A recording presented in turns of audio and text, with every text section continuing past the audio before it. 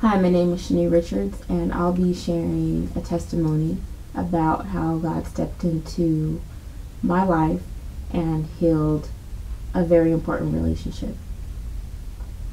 So, I grew up in a two-parent household, and I had parents that, like a lot of households, had challenges. But those challenges created a lot of distance between me and my dad.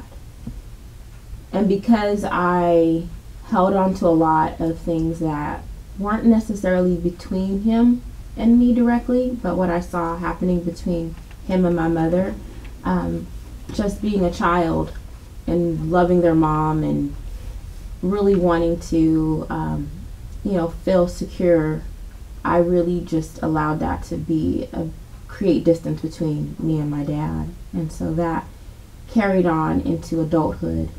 My mother really made sure that my brother nor I was disrespectful to my dad, but I harbored a lot of bitterness and resentment in my heart because of things that I saw coming up, but also just because at a certain point in time they got divorced and I felt like my dad had left us.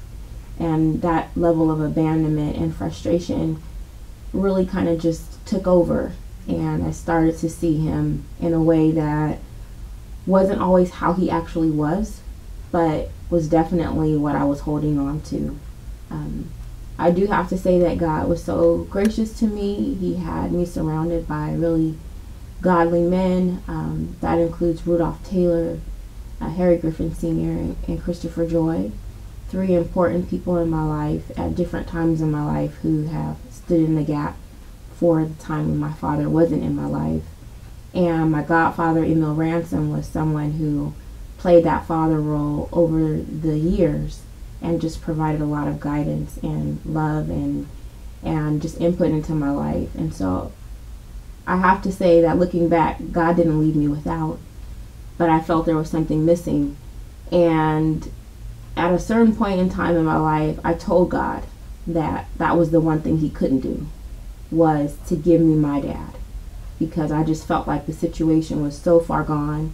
My heart was resigned to be in a place of always looking at what he wasn't doing.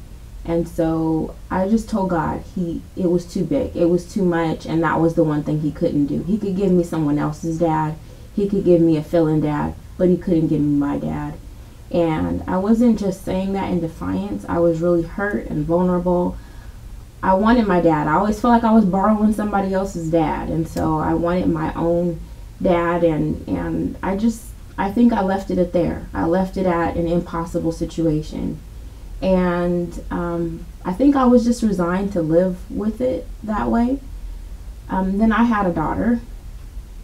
And, grandparents are different people than when they're dads or when they're moms. And so I began to see how God began to recruit my heart away from the pain by seeing my father interact with my daughter. He was more gentle. He was more patient. He just was a different person in my eyes. I think he was always that way, but I hadn't been able to see him that way. And so seeing him interact with my daughter really began to give me second thoughts about who he was and what he had to offer me.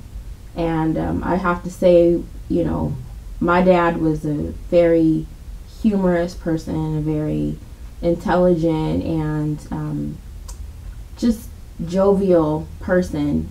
But I don't think through my bitterness I could see that all the time. I couldn't see how loving and affectionate he was, but I was able to see it through me looking at him as a grandfather. And so he fell ill.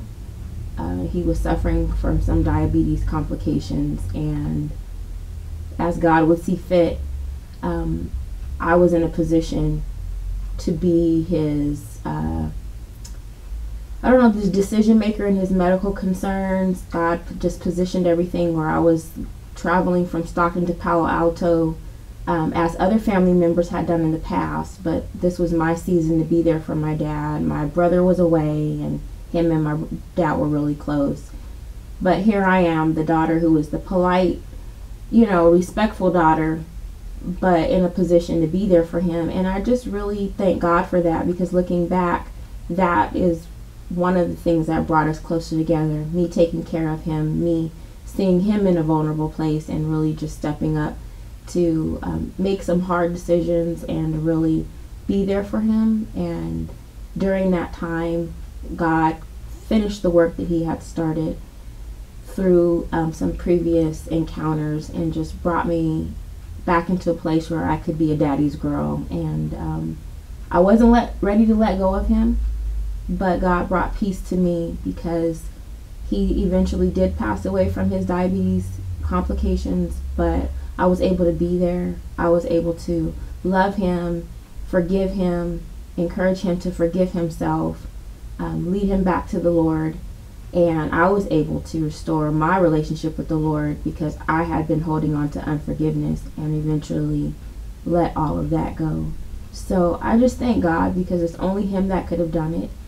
No other explanation exists except for God stepped in and really blessed my relationship with my dad. I was so sad to see him go. And even at his homegoing celebration, which some people said was the best service they had ever been to, I was able to really express my love and affection for my dad, and not just as Walter Adams Jr., my biological father, but Walter Adams Jr., my daddy, the one who I even miss to this day. And I thank God. So I've shared my praise report, and I have a question for you. Where's your praise report?